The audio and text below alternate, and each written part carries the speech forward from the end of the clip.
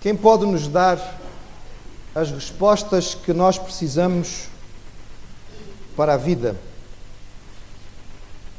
Quem pode nos dar essas respostas? Quem pode nos dar a orientação que precisamos para viver? Como é que nós podemos saber se há propósito para a nossa existência? E se existe este propósito, como descobrir qual ele é? São perguntas muito pertinentes, válidas, que têm afligido o homem desde que o mundo existe. Tem levado muita gente a escrever muita coisa ao longo dos séculos.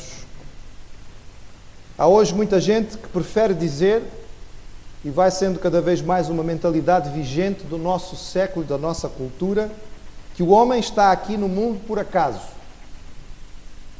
Tudo à nossa volta, dizem, aconteceu por acaso. Preferem acreditar que não existe desígnio, não há propósito, não há nenhuma razão de ser para a vida humana. Somos, dizem eles, o resultado de uma simples evolução biológica que nos trouxe até aqui, e não há verdadeiramente propósito maior para nada daquilo que nós conhecemos como vida. Esta é uma posição hoje comum. Ela é partilhada, nós podíamos dizer, por talvez até a maioria. Ela é ensinada por aqueles que são apresentados como os doutores, os intelectuais, os cientistas, os mestres da matéria.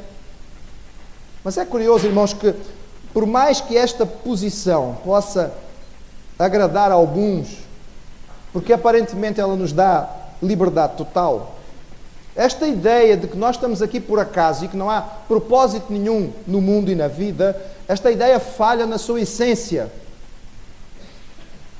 Qualquer homem ou mulher que pare para pensar um bocadinho nisto, vai ter que colocar esta ideia em xeque por algo muito simples. Só podemos classificar alguma coisa com base no seu propósito. Só podemos classificar alguma coisa com base no seu propósito. Sem propósito, não há como classificar. Dar um exemplo, irmãos, que fica mais fácil. Uma caneta. Eu mostro aos irmãos e os irmãos sabem o que é. Como é que eu posso definir ou classificar esta caneta? É um objeto inanimado, no caso feito de plástico, tem lá dentro um tubinho com tinta. Como é que eu posso dizer se essa caneta é boa ou má? Sabendo o seu propósito. Qual é a razão de ser dela? Alguém a criou. Ela não chegou aqui por acaso. E ela foi criada com que objetivo? Se eu souber o objetivo, eu vou poder utilizá-la para aquilo que ela foi feita, e desta maneira eu poderei classificá-la como boa ou má. Se eu souber que o seu objetivo, o propósito da sua existência é escrever, então eu vou buscar papel e vou escrever. E poderei dizer se a caneta é boa ou má. Escreve bem ou escreve mal, deixa borrões, falha porque a tinta já está seca, e eu vou dizer, não, esta caneta é má, porque ela estraga aqui a escrita. Ou então ela escreve fininho, bonitinho, a minha letra até fica melhor e até se consegue ler, o que normalmente é raro, e eu vou dizer, esta caneta é boa. Mas eu preciso saber qual é o seu propósito. Imagine que alguém não sabe qual é o propósito da caneta. Imagine que chegamos a um lugar do mundo, a uma cultura do mundo, onde, pronto, as pessoas não estão acostumadas com a civilização ocidental e não sabem o que é uma caneta. E ao pegarem nisto vão, se calhar, usá-la como outro tipo. Como ela é fininha, talvez ela possa servir como objetivo, não é, de fazer furos ou de acertar alguma coisa, mas ela é de plástico, assim que a pessoa quiser fazer vai estragar. Vai quebrar-se na sua mão. E ela vai dizer, isto não presta. Mas, na verdade, ela simplesmente não sabia qual era o propósito. Eu posso dizer que a caneta é boa ou é má. Eu não posso dizer que a caneta é justa ou injusta. Eu não posso dizer que a caneta é correta ou incorreta. Isto não cabe dentro do seu propósito. Voltamos ao homem, irmãos. Se a vida é um acaso biológico, se não há razão para nós estarmos aqui, mas somos apenas o resultado de mais uma mutação genética, então como classificar o homem e a vida? Se estamos aqui porque um dia o macaco resolveu ficar de pé e andar com as patas dianteiras no ar, como é que nós podemos classificar o homem de bom ou mau? Se não há Deus, se não há criação, se não existe propósito para a vida, então nós não podemos dizer que é mau matar e que é bom curar. Tanto uma coisa quanto a outra tem mais ou menos o mesmo valor. Mas é evidente que nada disto faz sentido. E que a mesma pessoa que nos afirma rapidamente que não há propósito na vida, a seguir pode ficar profundamente ofendida com algo que lhe é dito e diz: você é mau. Isso que você disse é injusto. E a gente olha para a pessoa e diz assim: o quê? Como? Não quebrei nenhuma lei, não fiz nada que mereça julgamento, a polícia não me vai prender por aquilo que eu fiz. Como é que você está a dizer que eu sou mau? Como é que você classifica as minhas palavras de cruéis? Por que é que você diz que eu fui injusto? Não há propósito na vida. Aquilo que você acha injusto, para mim, pode ser perfeitamente correto. Mas aqueles que afirmam que não há propósito na vida não querem aceitar isto. Porque no fundo do seu coração há um senso inato de justiça, de retidão. Há uma necessidade de entender porque é que nós estamos aqui. E eu volto ao princípio, irmãos. Quem pode nos dar as respostas para a vida? Quem pode nos orientar a viver? Quem pode nos dizer qual é o propósito pelo qual nós estamos aqui? No mundo antigo, os filósofos gregos definiram a razão da vida como algo que se encontrava na busca intelectual. Eles criaram várias escolas de filosofia para dizer que era através daquele pensamento que se podia conseguir perceber a melhor maneira de viver. Ao longo dos séculos, o homem criou religiões e mais religiões, todas elas buscando um propósito na vida em ritos, em cerimônias mais ou menos complicadas, neste ou naquela divindade. Mas o Evangelho, irmãos, nos mostra uma coisa completamente diferente. Abra a sua Bíblia. Evangelho de João, capítulo 1.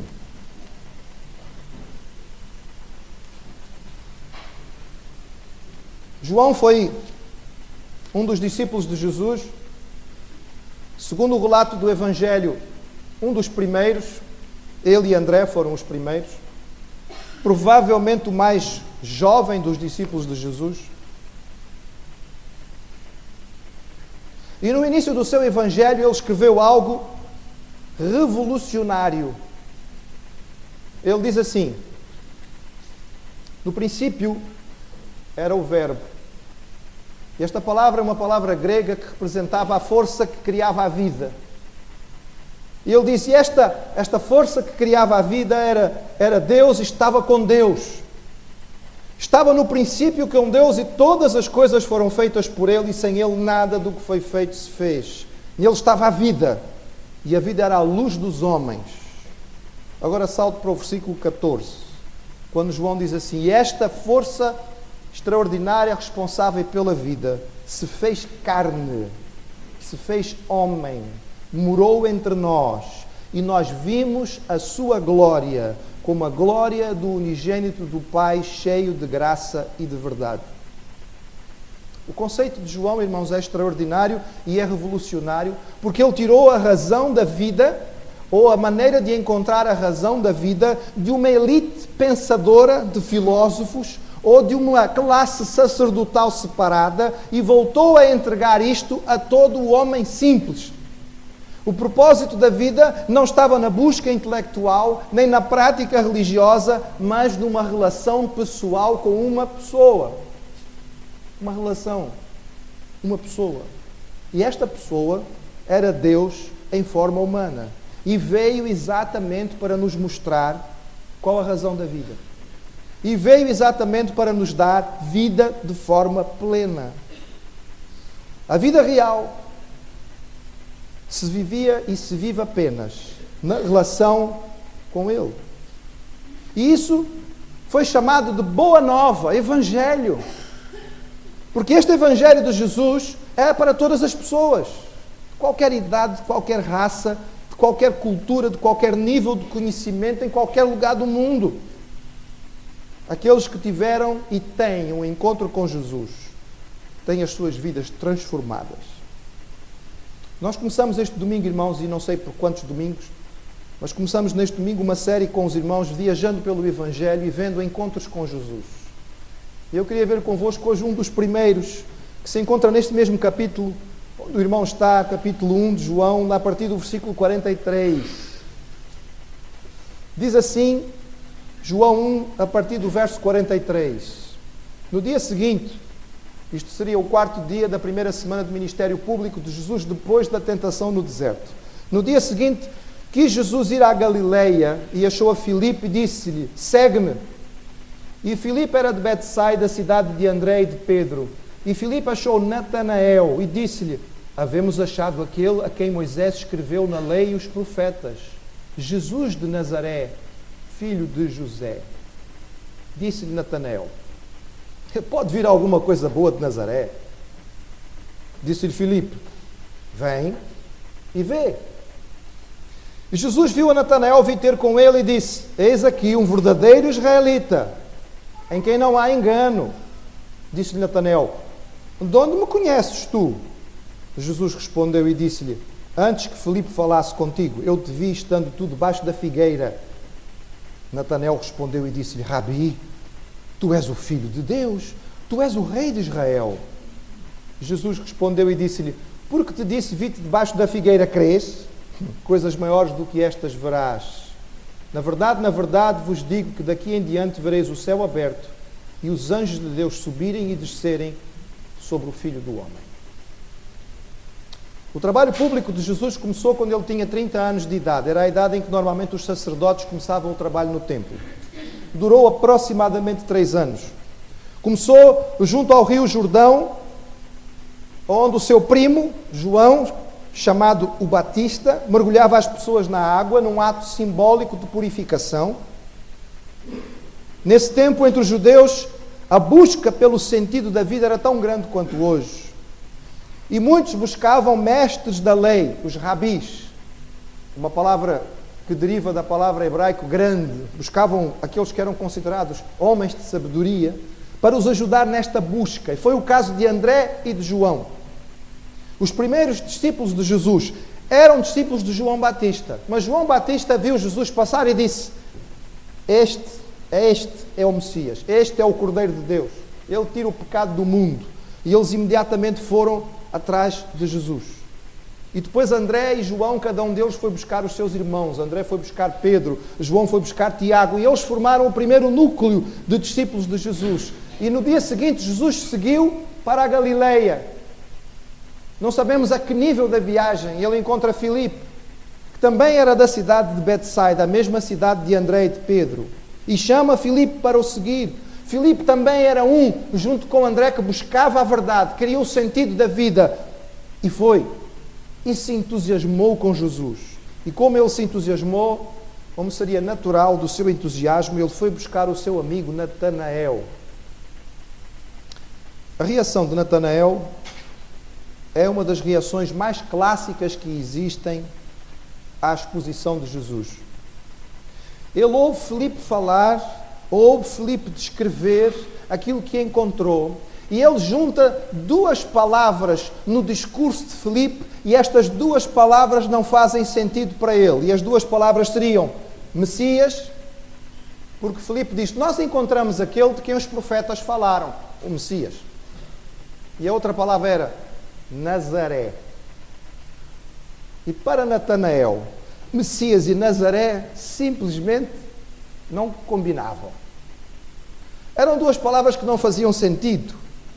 Seria possível que uma coisa tão preciosa quanto o Messias, o Salvador, o sentido da vida, o fim das nossas buscas e esperanças, viesse de um lugar tão pouco propício como Nazaré? Natanael, que nos outros evangelhos é conhecido pelo nome do seu pai, o seu pai chamava-se Tolmai ou Ptolomeu, e nos outros evangelhos ele é chamado filho de Ptolomeu, Bartolomeu. Natanael, filho de Ptolomeu, Natanael Bartolomeu, era da aldeia de Caná, uma cidadezinha também na Galileia, ele mesmo um galileu. O seu desdém não era por Nazaré ser uma cidade da Galileia, mas porque Nazaré ficava no lado errado da Galileia. No lado errado da Galileia. Nesse tempo, irmãos, havia cidades importantes na Galileia. A mais antiga delas chamava-se Séforis, uma cidade datada do 6º, 7º século antes de Cristo. Era uma cidade num lugar imponente, que no meio de uma planície havia uma elevação de cerca de 900 metros de altura e lá em cima tinha sido colocada esta cidade, uma grande fortaleza. Um fórum romano muito bonito, um teatro no estilo grego, clássico. Séforis era uma cidade onde os gregos, quando dominaram a região, usaram como centro administrativo. Os reis macabeus fizeram a mesma coisa. E no tempo de Herodes o Grande, ela tornou-se a principal fortaleza da Galileia. Ali sim era o sítio certo. A cidade romana, uma cidade importante, uma cidade construída à maneira certa. Era o lado certo da Galileia. Mas Jesus não vinha de Séforis. No tempo de Jesus, além de Séforis, havia uma outra cidade importante, construída pelo filho de Herodes, também chamado Herodes, Herodes Antipas. No ano 18 da nossa era cristã, ele edificou uma cidade junto ao mar da Galileia e chamou-lhe, por causa do nome do imperador da época, que era Tibério, ele chamou-lhe Tiberíades. E esta cidade também era uma cidade bonita, era uma cidade construída no estilo romano, com ruas propriamente feitas, com saneamento básico, com um fórum romano, com o seu teatro e o local de festas e de jogos. Estas eram as cidades certas. Mas Jesus não era de Séforis. Jesus não era de Tiberíades. Esse era o lado certo da Galileia, mas Jesus vinha de Nazaré. Antes de nós julgarmos a Natanael, por causa do seu preconceito e do seu desdém, lembremos que em todos os lugares e em todas as épocas esta ideia também permanece. Há sempre o sítio certo para se morar. E há sempre o sítio errado. Há sempre o bairro bom para se viver. E quando alguém nos diz que mora no bairro tal, que é considerado o lado certo da cidade, nós dizemos, oh, maravilha. Mas quando alguém mora naquela região, naquele bairro, naquela zona, naquela periferia que nós não achamos tão interessante, de onde? Vem de onde? De Nazaré? Nazaré não. Nazaré não é um bom lugar para a gente ir. Olha, Nazaré à noite é perigoso. Não passo. E de dia também é, depende da hora. Cuidado com os habitantes de Nazaré. Não é o lugar certo. Existem aqueles que nós consideramos os certos e depois há os outros. Não somos tão diferentes de Natanael. A resposta dele era uma resposta comum. Mas é claro que Natanael, como estudante também da Bíblia, como conhecedor dos profetas e de Moisés, ele sabia que o Messias não vinha de Nazaré. O Messias tinha que nascer em Belém, a cidade de Davi. Mas atenção, Filipe não tinha dito que Jesus tinha nascido em Nazaré, dizia apenas que ele vinha de lá. Mas isso foi suficiente para que Natanael fechasse a sua ideia. E a relação e a maneira como as pessoas encaram hoje em dia o Evangelho continua sendo a mesma. Nazaré. Jesus de Nazaré. Não bate certo. Não vem do sítio certo. Não tem o componente intelectual certo. Não está baseado nos conhecimentos científicos certos. Não tem o PhD correto à frente do nome. Não queremos aceitar o cristianismo como sendo a verdade. Não é possível que uma religião tão simples, tão antiga, seja a verdade para uma era científica tão avançada. E as pessoas como Natanael se fecham em seus preconceitos, excluem a possibilidade e continuam procurando. Nos mesmos sítios onde sempre procuraram e nunca acharam. É curioso, irmãos. As pessoas já procuraram durante a sua vida inteira naqueles sítios e não acharam, mas vão continuar a procurar. Pense comigo. Se você perdeu a sua chave em casa e já vasculhou a sala inteira à procura da chave e não achou, se calhar está na hora de começar a procurar em outro sítio, não? Não é melhor? Se calhar é melhor ir procurar um bocadinho no quarto, não? Talvez na cozinha. Mas se você continua a insistir na sala, as pessoas vão acabar por dizer assim: você é um bocado tolo, não? Já sabe que aqui não está e continua a procurar aqui. Mas como Natanael, muitos fazem isto e simplesmente excluem a possibilidade. Mas é muito interessante a resposta de Filipe. Ele não se deixa abater. Ele não começa a discutir. É claro que ele também tinha pouco conhecimento de Jesus. Talvez se ele tivesse mais tempo com Cristo, ele tivesse outras coisas para dizer. Mas ele não tinha. Ele sabia ainda pouco. Ele tinha no seu coração a certeza. Porque ele tinha estado face a face com Jesus e ele sabia que Jesus era o Messias. E ele conhecia Natanael e sabia como era o seu amigo. Sabia que era um homem restrito, fechado na lei. Ele percebeu que o debate não ia levar a lugar nenhum. É claro, irmãos, que isso não significa que nós não devemos estar preparados para defender a nossa fé. Nem que não devemos buscar a capacidade de dar as respostas certas às perguntas que as pessoas fazem. Mas a verdade é que raramente um debate ganha alguém. A resposta de Filipe acabou por ser a melhor. Acabou por ser a melhor. Ele diz assim: vem, vê. Faz a tua própria avaliação. Faz o teu próprio escrutínio. Por que será, irmãos, que o homem moderno acha que Jesus e a sua fé têm medo do escrutínio? Por que será que as pessoas concluem rapidamente que ciência e filosofia são algo que a fé não gosta? Não é isso que nós encontramos nas Escrituras. Filipe diz a Natanael o mesmo que Jesus já dissera a André e a João: venham e vejam. Não fiquem só do lado de fora a especular. Venham confirmar por vocês mesmos. Confirmem, verifiquem, experimentem. Interessante, não é essa a base do método científico? Vem e vê. Vem e confirma. Quando Natanael chega e rapidamente ele muda de opinião, repararam como é que Jesus respondeu? Primeiro ele achava que Jesus era impossível. Nazaré, nem pensar. Mas bastou uma palavra de Jesus e Natanael mudou completamente o seu pensamento. E o que é que Jesus diz a ele? Não. Calma. Então como é que é? Passaste de água para o vinho de um momento para o outro? Não. Só porque eu te disse uma coisa já estás aí todo entusiasmado. Não, calma. Ainda não viste nada. Ainda tens que avaliar mais. Ainda tens que prestar mais atenção. Não aceite Jesus porque você se emocionou ou porque achou que é bonito. Aceite-o e receba-o porque ele é a verdade. Não aceite Jesus porque achou que era interessante o seu recado. Aceite-o porque ele salva. Só ele salva. Não aceite-o porque os seus conceitos ou os seus ensinos podem lhe parecer moralmente bons. Aceite-o porque você é um pecador, está morto nos seus pecados e só Jesus pode perdoá-lo. Natanael aceita o convite. Ele vai, se aproxima de Jesus e logo é surpreendido com uma afirmação elogiosa. Ele não estava à espera, não é? Chega ao pé de Jesus e Jesus diz diante dos outros: olha aqui, olha. Usando a ideia de Jacó, o pai da nação, das 12 tribos. Jacó, cujo nome era exatamente o enganador, o ardiloso. Jesus diz de Natanael: olha, este aqui é um israelita a sério, é um homem de verdade. Este homem não usa esquemas, não entra em estratagemas, não anda aqui em coisas assim escondidas, não. É um homem às direitas, um homem claro, um homem que vive a sua vida à luz. Natanael leva um susto.